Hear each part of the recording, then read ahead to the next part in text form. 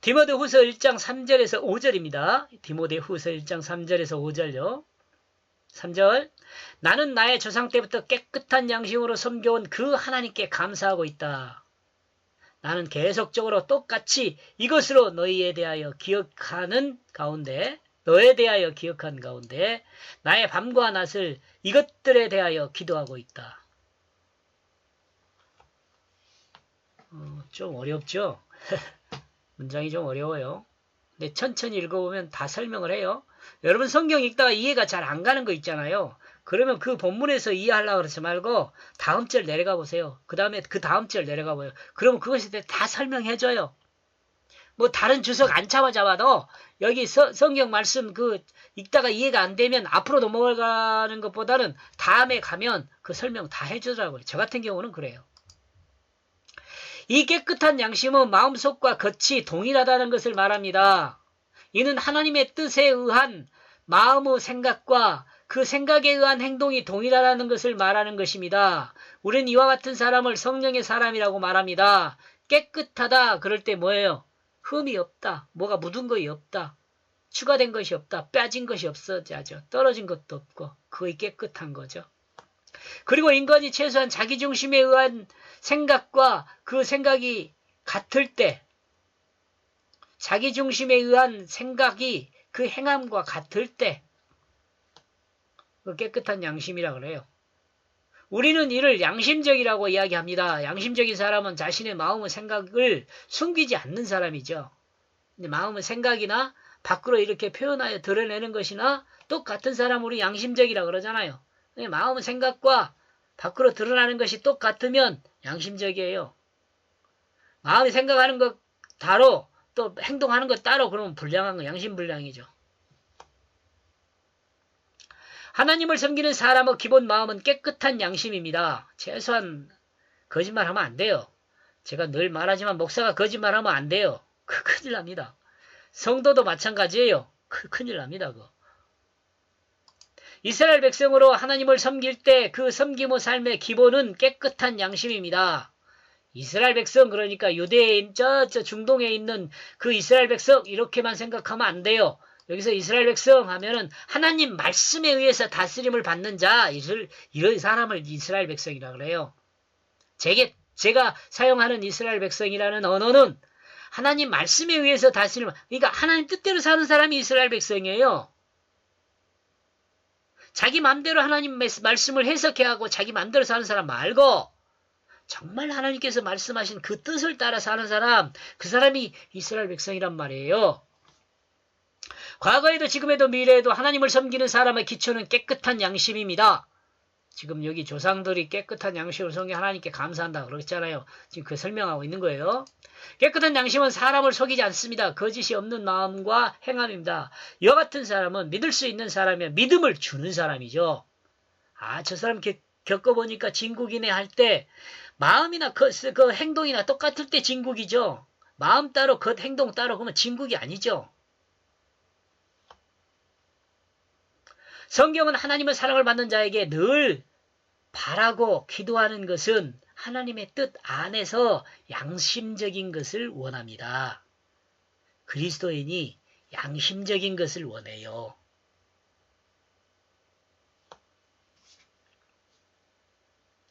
여기 지금 제가 이 설명을 하면서 가로쳐 놨는데 이 가로쳐 놨고 이해하는데 좀 도움이 되라고 이 글을 쓰면서는 그렇게 했는데 이 설명하면서는 그냥 넘어갔네요. 이거 제가 많이 설명한 내용들이어서 그냥 넘어갔습니다.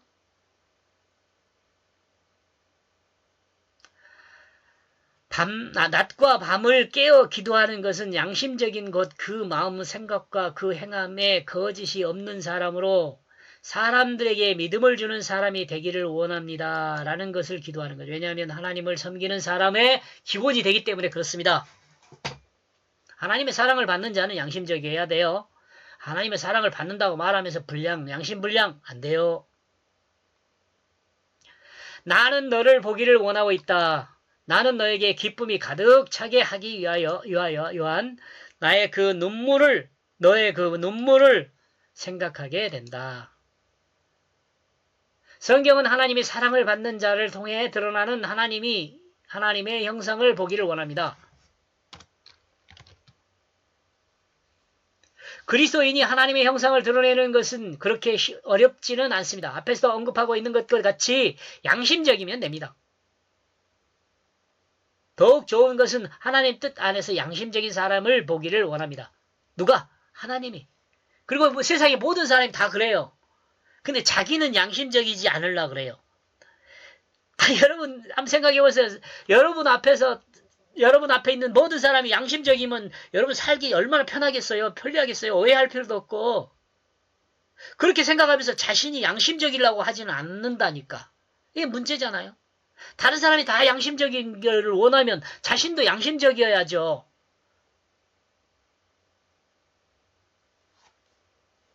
하나님의 뜻 안에서 양심적인 사람, 곧 성령의 사람을 하나님은 기뻐하십니다.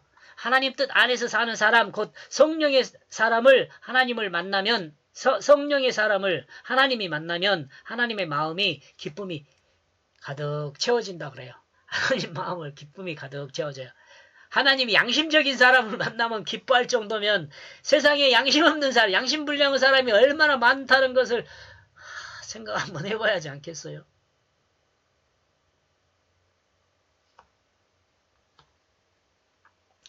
하나님의 뜻 아래서 양심적으로 사는 것은 그냥 사라지는 것이 아닙니다. 제일 먼저 자기 중심을 죽이고 그 마음에 하나님 말씀을 심어야 합니다. 곧 하나님 뜻을 심어야 합니다. 자기 중심이 죽은 것과 하나님 뜻은 그렇게 어려운 것은 아닙니다.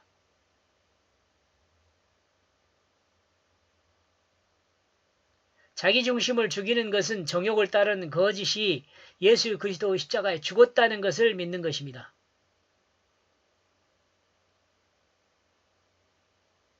지금 이거 자기 중심을 죽인 것이 어렵다고 말하는 거예요. 자기 중심을 죽이는 것과 하나님의 뜻은 그렇게 어려운 것이 아닙니다라고 할 때 이 어렵다는 말이 아니라 이 말이 어려운 것이 아니다 그 말이에요. 자기 중심이 죽이기가 어렵다는 것이 아니고 성령이 성령 하나님 뜻으로 살기가 어려운 것이 쉬운 것이라는 것이 아니에요. 이 어려워요 이거. 자기 중심을 죽이는 것도 어렵고 성령을 따라 사는 것도 어려워요. 여기서 어렵지 않다라고 말하는 건 이 언어 자체가 어려운 것이 아니다 이 말이에요. 이 언어 자체가 어렵지 않다는 말은 누구나 알 수 있는 거라 이 말이에요. 누구나 알 수 있는 거예요 이거. 근데 누구나 다 아는 것인데 그렇게 살지 않아요. 심지어는 예수 믿는 사람도 이렇게 살잖아요. 목사님도 이렇게 살잖아요.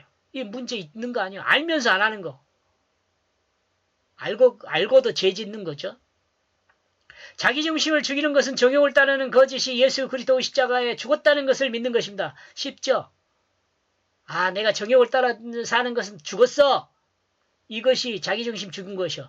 그리고 하나님 뜻인 성령을 심는 것은 그 거짓으로 살았던 자기중심의 죽은 자리에 하나님 말씀의 뜻인 성령을 심는 것이에요. 어렵지 않죠?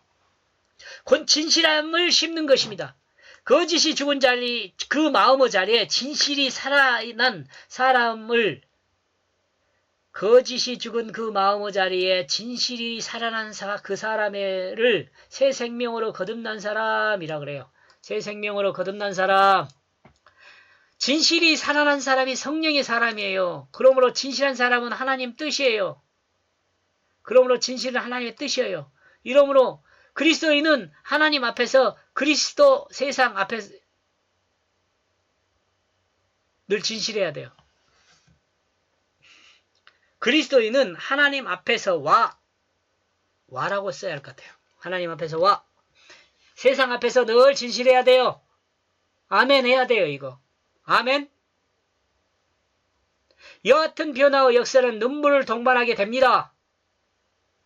그리고 은혜가 동반하게 됩니다. 경건한 사람을 알 수 있는 내용입니다.